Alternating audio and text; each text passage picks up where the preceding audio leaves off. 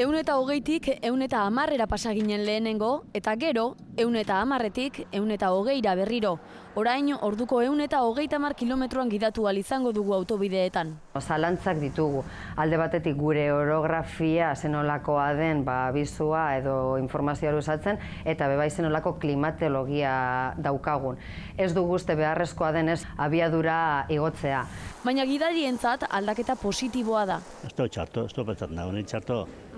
Segun zein lekuten, klaro. Askotan igotzezu adibidez 120 kilometrotik ora? Bai, autopiste honetan bai. Bueno, hemetik Donostirik joateko autopisten ez dago aukera askori, baina autopiste desentie bada bai. 120 supererra sartzen da, eta igual askotan, badakizu 125, 130, neuk ez dut jentia askotan hartzen duela.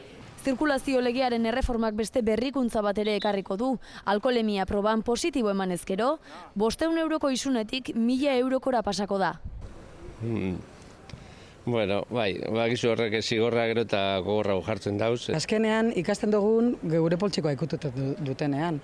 Oinezkoak ere, adi, zirkulazio arauren bat urratzen baduzue edo arriskua izan zaitezketela ikusten badute, droga edo alkoholemia froga egin eta positibo emanez gero, isuna jaso dezakezue. Hori oso txarto ikusten dut. Txirrindulariengan ere eragina izango du legearen erreformak. 18 urtetik berakoek derrigor eraman beharko dute kaskoa hiri barruan. Aldaketa hauek guztiak ministro kontseiluak onartu ditu gaur. Ondoren, kongresuak eman beharko dio argi berdea indarrean jartzeko.